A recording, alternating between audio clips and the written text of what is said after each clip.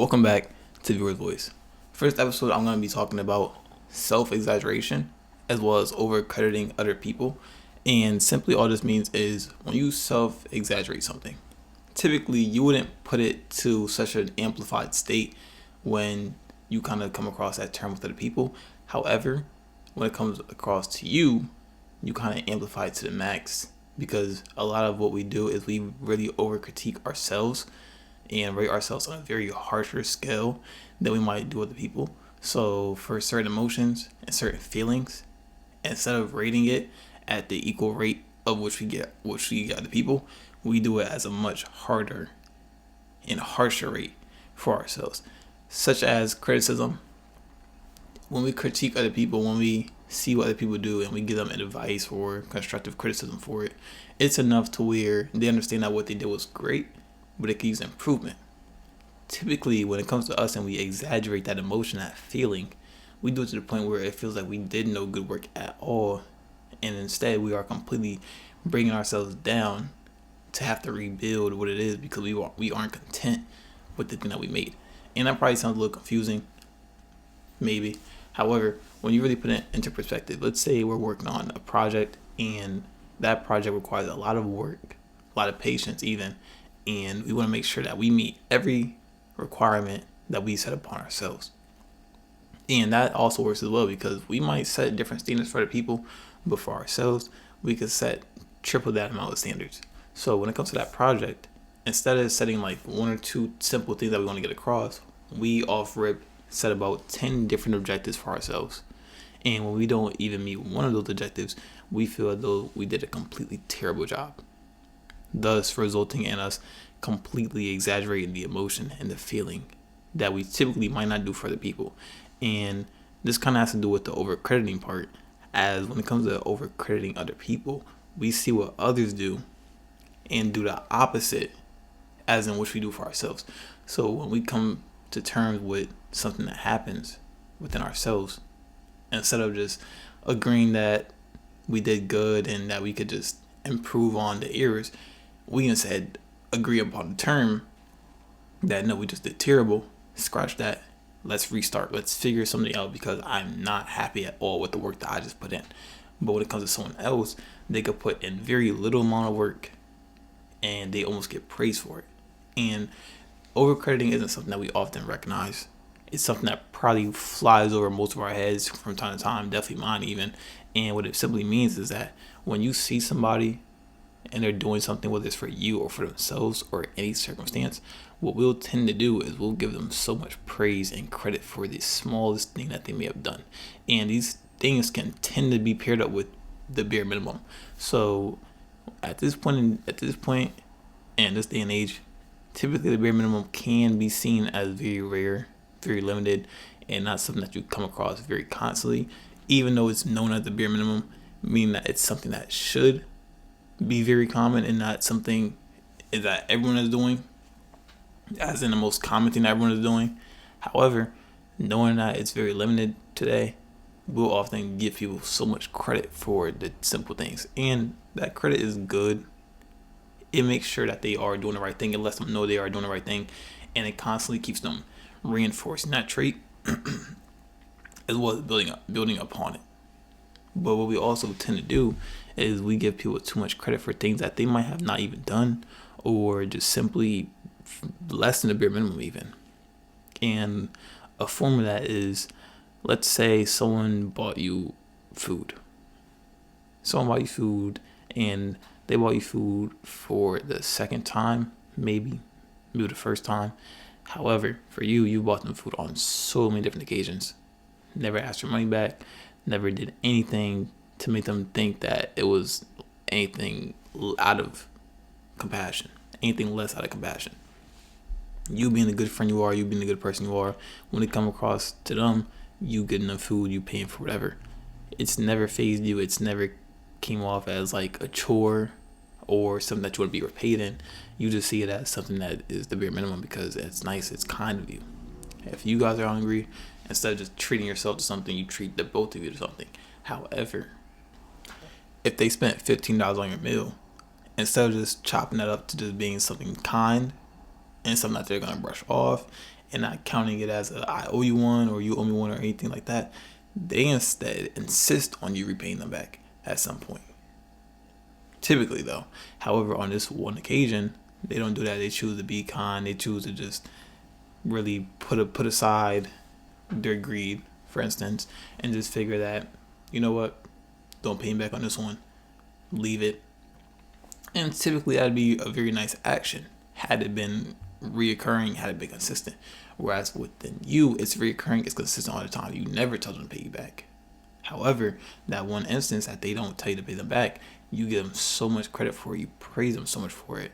However, you do that naturally. You don't ask other people to repay you for simple things. But when it comes to them, they're not the kind of person. Now, it's not bad when you use a lot of your resources and expect some resources in exchange. However, certain people would do it so very few, so very limited, and only every once in a while, to where we see that as an opportunity to give them a lot of credit for it because we feel like they're making a change, they're making a difference. They're actually trying to be more impactful and switch up the way they do things from time to time. That doesn't mean, though, that we sit there and give them more credit than they deserve. That doesn't mean that we see the thing that they do, and instead of nitpicking every bad thing they do, we just instead choose the one good thing to do and give them so much praise because they're going to run with it. We don't want them to run with it. If they're going to take that praise and instead internalize that and materialize that into something worth getting more of, for instance, doing that action more than just one time, then they can get praise for it. Then if they decide, okay, clearly they really enjoyed me, obviously, not asking for anything in return upon doing something for them, I should take that praise that I received for that action and instead do it on repeat, make it a consistent thing that I do. People don't do that, though, and that's the problem. We don't realize that they're not doing it until far later, thus leading to the overcrediting, because in our mind, we constantly rethink about that one occurrence in which they did it. If you're in a relationship and you ask your significant other to post you, and they post you maybe one time, maybe two times, you give them so much credit for that. They listened to me when I asked them to do this. Maybe this one occasion, I didn't even have to ask them. They did it. I give them so much credit. However, posting, complimenting, being there for one another is very bare minimum activities. So they shouldn't be getting any sort of praise for it. Don't get me wrong, you can share your appreciation, you should share your gratitude for it. But these things should not lead to someone feeling like they're just worth so much because they did it one single time.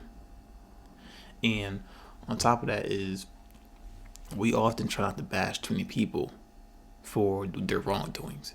Instead, we do try to give them a lot of optimistic hope and give them a lot of, you could say, good feelings, I guess, for when they do something right. So when it comes to overcrediting, it's just we might not see it as that because we just simply see it as, okay, maybe they don't do it too often, maybe they need a little bit of push in the right direction to make them feel like they should start doing it.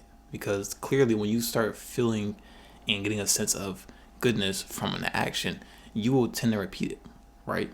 However, some people won't do that. Some people will figure that if I do it one time, that's enough. And clearly it is enough when somebody is going to just give you so much benefit of the doubt for the one time you did it. And what we also tend to do is we just let that one occurrence clear up everything that they didn't do prior. So if you have a significant other and they didn't post you for 4 months straight, however, they post you after those 4 months on one single occasion, you just kind of brush off, okay, they didn't post me for 4 months, but you know what? No biggie, they just post me right now. I appreciate them so much for that. Appreciation is fine.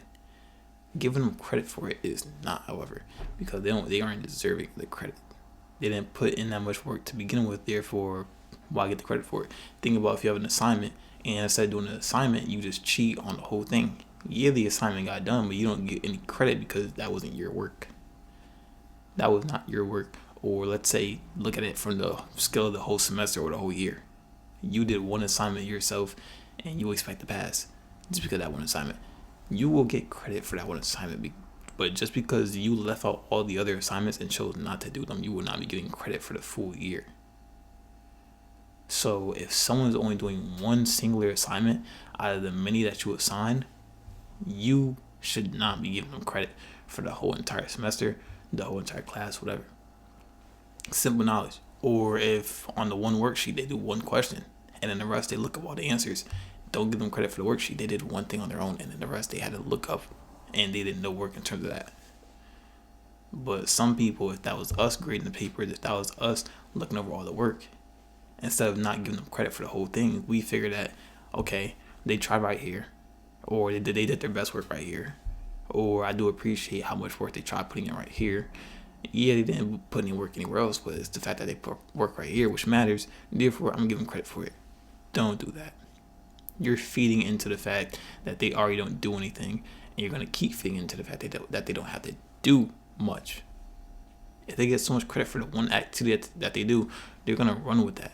They're gonna take it and figure that I no longer have to put in as much work as it seems, just because of how much credit, how much praise I get for the single activities that I do.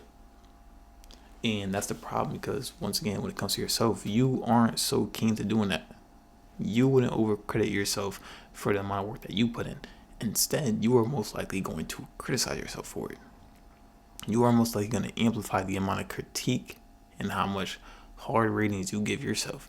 So you should have that same kind of outlook, if not similar, on other people if you're going to do it to yourself.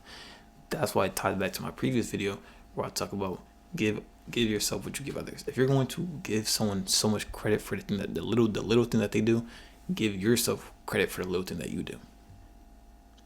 So if you want to give yourself credit for simply just waking up, taking a shower, doing whatever, you can do that. It's perfectly fine.